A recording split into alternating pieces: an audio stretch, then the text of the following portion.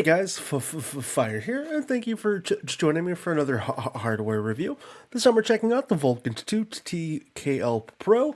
This is the latest kind of, I guess, small mechanical style keyboard from Turtle Beach. If you didn't know, Turtle Beach and Rocat pretty much were kind of a brand together, and recently Turtle Beach decided to just rebrand everything to Turtle Beach. So if you have Rocat stuff, Turtle Beach, it's kind of the same for all the new stuff. But yeah, let's talk about the Vulcan 2 TXL Pro. This is a smaller keyboard than your standard kind of keyboards, and I have been using the Vulcan series of keyboards for quite a while. This one's a little dirty. As you can see, it's had a ton of mileage, and it's been kind of like my daily driver for quite some time. Sorry, a little bit of paper slid into the screen there. We'll just kind of leave it. Hey, you can leave a like for that little piece of paper here. But what's new about this keyboard? It features Hall effects magnetic switches that every single one of these buttons is rated for 150 million clicks.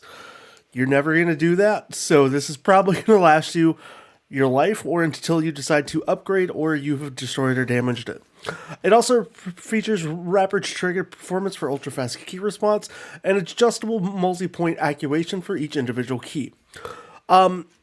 I'm not the super biggest techie person when it comes to that, but I will say this is a super comfortable and relaxing kind of micro-scale version of the normal Vulcan series, and it honestly fits in as kind of the next in line, so to speak, from the Vulcan 2 Mini Air.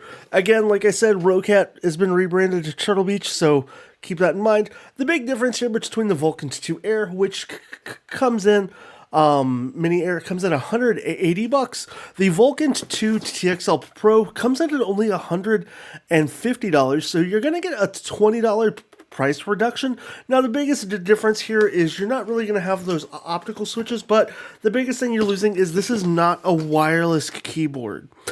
It does feature, though, quite a lot of cool compatibility kind of things to it. I really love that the cable for this keyboard is actually entirely separate. It actually plugs into the back here on a port, and then USBs into whatever device you need it to. I do love the colors. This comes in black and white. I really am a big fan of the white style for the keyboards, but just about everything else that Turtle Beach or Rocat does, I kind of go in black. I do have some other stuff in white, and this is kind of the things they send me. So what else kind of comes in the back package? You get this nice little foam armrest, but I will say it's a little disappointing that there's no like magnetical attachment. This is just kind of a loose and flimsy piece of foam. It's memory foam. It's nice. It's comfortable, but for where it's at, it kind of, you have another cumbersome thing to bring with you, and you can't really kind of get it to scale up properly how you would with a normal kind of wrist rest that would kind of raise a little bit. It's just kind of there, and it's kind of just solidly one layer instead of it being kind of beveled down to kind of naturally curve your wrists a little better. Whereas you get the ones like these that are actually have attachment points, which are honestly a little more comfortable. I think I would think for $150 that this would have some way to actually attach here, either by little magnets or some type of clasping mechanism here. I don't know how they would do it because I know it would take a lot more effort than just including this little thing here, but I feel like this is something that would get lost, and I'd much rather have one that's more rigid than this like kind of soft foam. But that's just kind of the wrist rest. Not everybody's going to use it, and for me, I honestly see this being more of a portable keyboard. You're probably going to travel with you unless you have really small hands. I don't have really small hands. This is a very tiny keyboard for me. But yeah, that's kind of the take there. I love the small form factor for if you need to travel. You know, if I'm going to travel to any type of conventions, go on vacation or something, this is much easier to shove in a bag than one of these big guys here.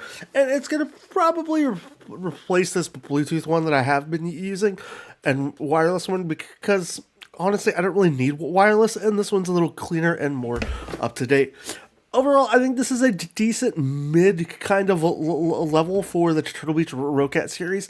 It is $50 more than the prior Vulcan TXL, but it is a kind of midpoint between the Vulcan TXL and the Vulcan 2 Mini Air. It kind of lines up with the Vulcan 2. The big difference from those is you don't get the wireless, but you also don't get like this entire section here on your keyboard. So you kind of lose a little bit of buttons there, but you kind of trade it for the wireless. Honestly, I think this is a much better kind of point to stick with, and I think having just the extra arrows and some of the buttons here is a little nicer. You know, you're not going to have like the traditional number pad because you are sacrificing size for what you have, but overall, it's still a nice aesthetic keyboard and a good travel companion to take you anywhere. If you guys did enjoy my review of the Vulcan 2 TXL Pro, please let me know what you think down below in the comments. I always love hearing your comments. If you want to have me check out any other hardware, please let me know down below in the comments. Just share a link. I'll check it out. Outside of that, thanks for checking out my channel, and I hope to see you again soon.